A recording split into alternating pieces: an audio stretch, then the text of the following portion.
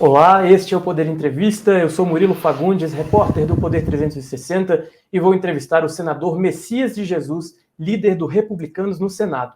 Messias de Jesus tem 61 anos, natural do Maranhão, é formado em gestão financeira. Já foi engraxate, garçom, jardineiro, servidor público, vereador em São João da Baliza, em Roraima, deputado estadual por 6 vezes consecutivas e foi eleito senador por Roraima em 2018, com 434 votos a mais que o ex-senador Romero Jucá.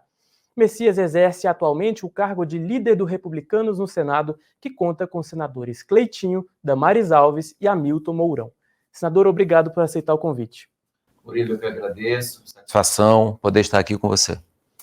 Agradeço também a todos os web espectadores que assistem a este programa. Essa entrevista está sendo realizada ao vivo no estúdio do Poder 360, em Brasília, em 5 de junho de 2023. Para ficar sempre bem informado, inscreva-se no canal, ative as notificações e não perca nenhuma informação relevante. Senador, eu começo a entrevista perguntando sobre a relação do Congresso e do governo do presidente Lula. Qual que é a avaliação que o senhor faz da articulação política do governo Lula neste momento? No meu entendimento, Murilo, a avaliação política, a nossa avaliação sobre a coordenação política do governo no Congresso, ela tem deixado falhas. Tanto é a necessidade que se tem de que os presidentes das casas possam estar agindo diretamente, fortemente nas bases, com os deputados e com os senadores, para que tenham projetos do governo aprovados. Se a coordenação política fosse mais forte, mais efetiva, certamente não seria necessário que o presidente da casa, da Câmara ou do Senado pudesse estar fazendo um contato direto com os seus liderados, com os deputados ou com os senadores.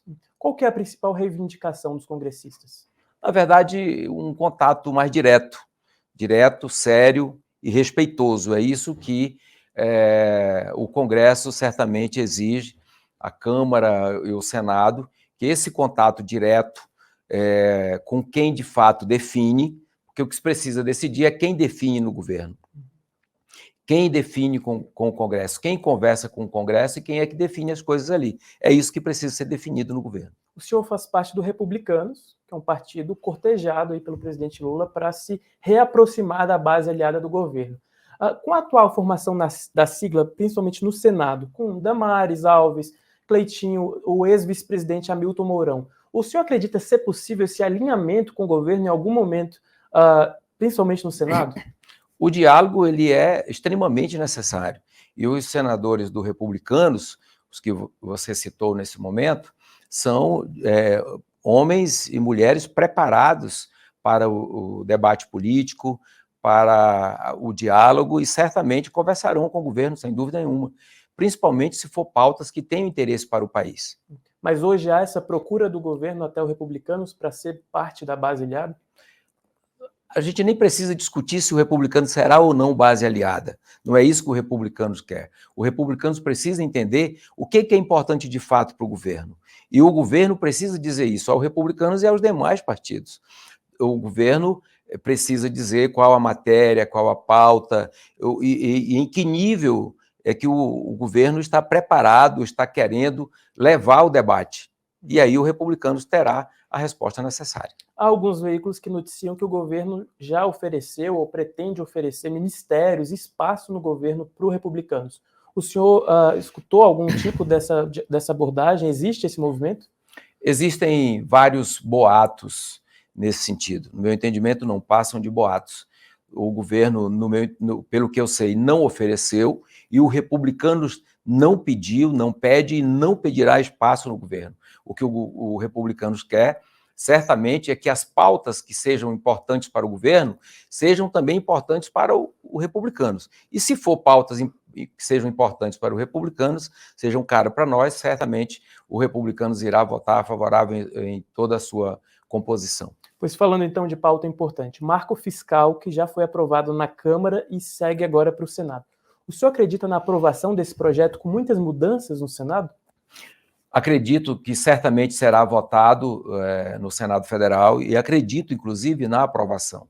O Republicanos, inclusive, já encomendou um estudo a respeito da proposta aprovada na Câmara dos Deputados. há alguns pontos que a gente certamente vai pedir mais esclarecimentos, outros que nós iremos defender, como, vou adiantar já para você, a retirada do Fundeb do teto de gastos e, claro, também o Fundo Constitucional do DF. Com essas ressalvas, o Republicanos tende a votar favorável no Senado da República. E a reforma tributária? Como que o senhor acredita que vai avançar na Câmara e como vai para o Senado?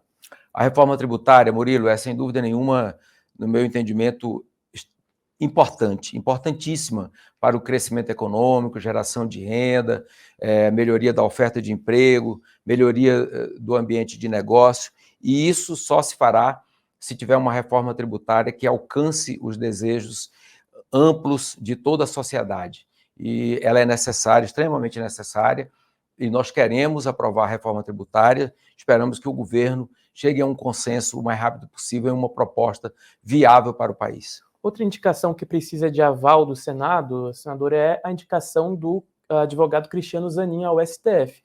O presidente Lula confirmou a indicação dele na última quinta-feira. Como que o senhor acredita que esse nome vai ser avaliado pelo Senado Federal? E pelas conversas que o senhor tem, acredita que terá facilidade para ser aprovado?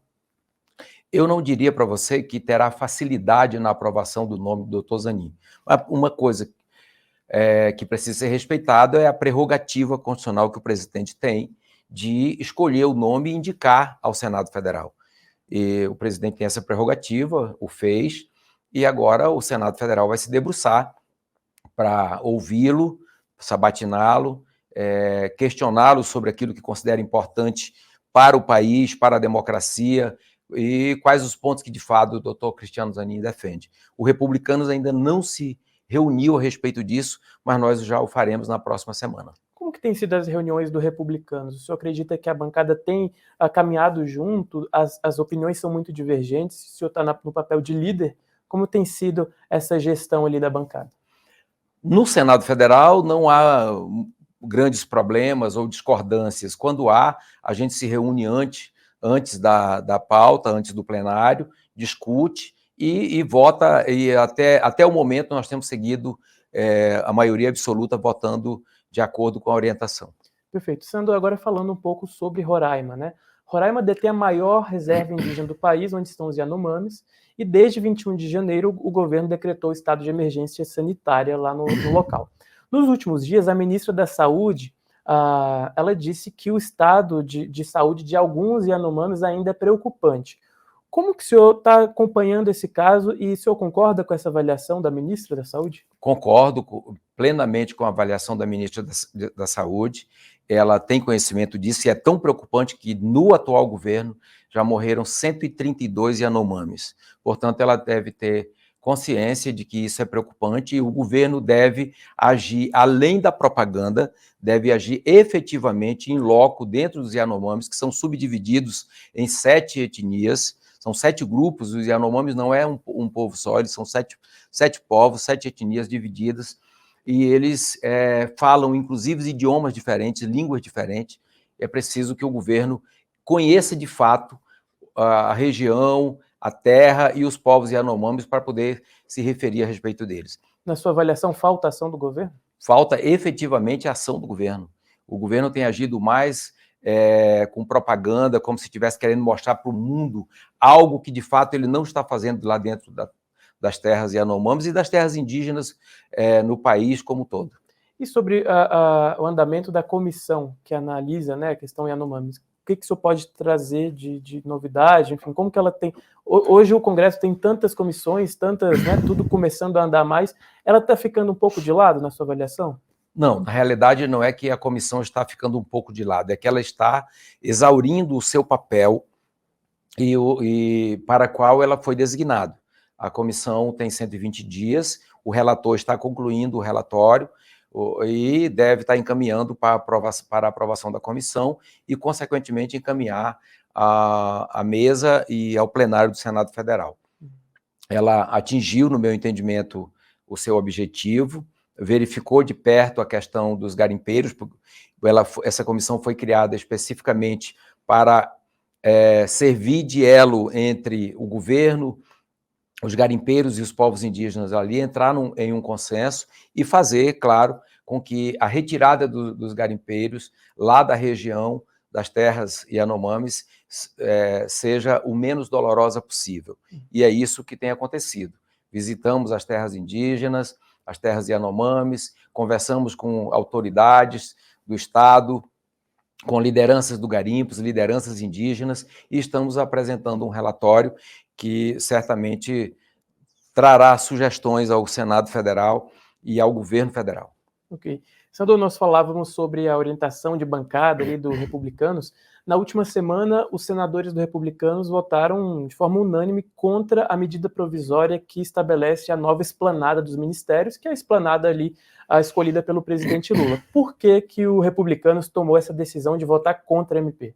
Na verdade, o Republicanos votou contra a MP não por ser contrário à organização do governo pelo próprio governo, mas pela falta de tempo. Nós não tivemos tempo de analisar a emenda, aliás, a medida provisória, nós não tivemos tempo de analisar a medida provisória, o que foi tirado ou incluído dentro, lá na Câmara dos Deputados, e em função disso, o Republicanos decidiu votar contrário. Inclusive também porque não houve lideranças do governo conversando com os senadores do Republicanos para explicar a matéria. Uhum. O senhor acredita que essa tendência de a Câmara enviar medidas provisórias de última hora, isso deve se perpetuar? Foi uma crítica de vários partidos do Senado, né? Isso lamentavelmente tem acontecido. É lamentável porque são duas casas que precisam se entender e se respeitar. Portanto, o que a gente pode fazer é torcer para que as duas direções da Câmara e do Senado possam encontrar um caminho e evitar que isso aconteça tanto quanto a medida partir da Câmara, quanto partir do Senado Federal. Ok. Líder, sobre agora a questão do movimento sem terra. Em abril, o senhor acusou-lhe o governo de incentivar invasões, principalmente em Roraima. Agora nós estamos em junho. Na sua avaliação de lá para cá, como que está esse movimento? E o senhor ainda mantém essa crítica de que o governo incentiva as invasões de terra?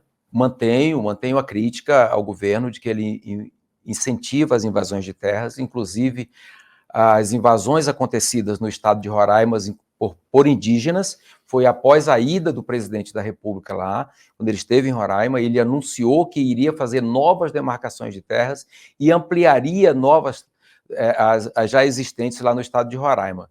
Dia seguinte, mais de 5 fazendas foram invadidas por indígenas, fazendas produtivas, pessoas trabalhando, fazendas que ficam nas cercanias das terras indígenas, mas que estão fora da demarcação feita já e autorizada, inclusive, pelo Supremo Tribunal Federal, como foi o caso da Raposa Serra do Sol, São Marcos e tantas outras que lá existem. Hoje, dia 5, a ministra do Meio Ambiente, Marina Silva, fará um pronunciamento em rede nacional, Dia do Meio Ambiente.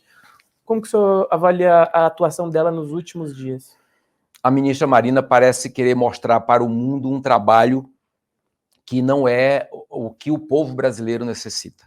É preciso que a ministra Marina conheça de fato o Brasil, conheça as peculiaridades dos estados brasileiros, em especial dos estados amazônicos. Roraima, por exemplo, nós temos 67,4% do estado demarcado em áreas indígenas, área de conservação ou flonas, 67,4%.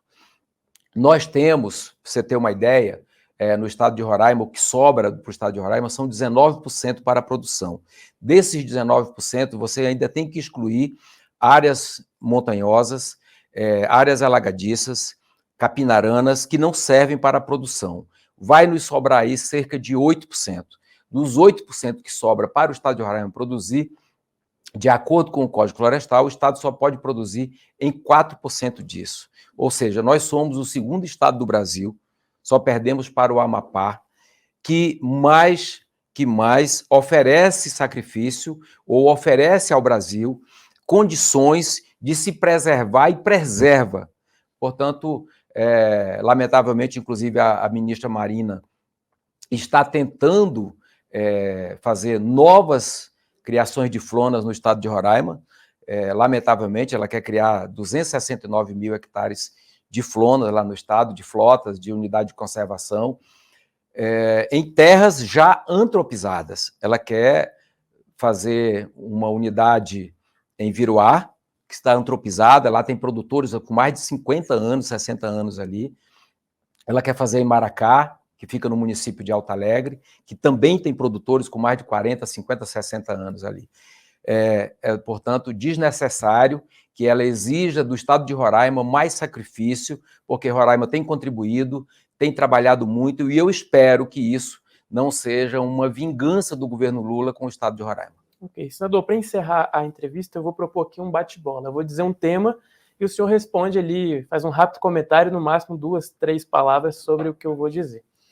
Vamos lá. Presidente Lula. Presidente Lula está revoltado. Jair Bolsonaro. Perdeu por falar coisas desnecessárias. Reforma tributária. Necessária e urgente. Fernando Haddad. Tem se mostrado um bom interlocutor.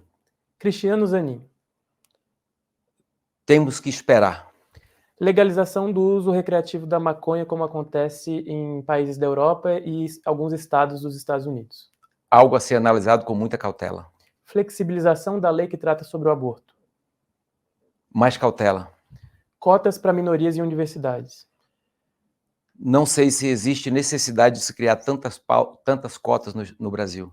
Impostos federais sobre combustíveis. Um absurdo. Privatização dos Correios e de outras estatais. Desnecessário. Excludente de licitude.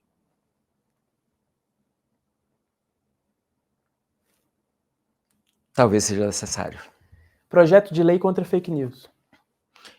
Importante para controlar alguns abusos. Ok. Senador, então chega ao final essa entrevista. Em nome do Jornal Digital Poder 360, agradeço a sua presença aqui no nosso estúdio. Murilo, eu agradeço a você, ao Poder 360 e a toda a sua equipe. Agradeço também a todos os web espectadores que assistiram a este programa. Essa entrevista foi realizada ao vivo no estúdio do Poder 360 em 5 de junho de 2023. Para ficar sempre bem informado, inscreva-se no canal, ative as notificações e não perca nenhuma informação relevante. Obrigado e até a próxima.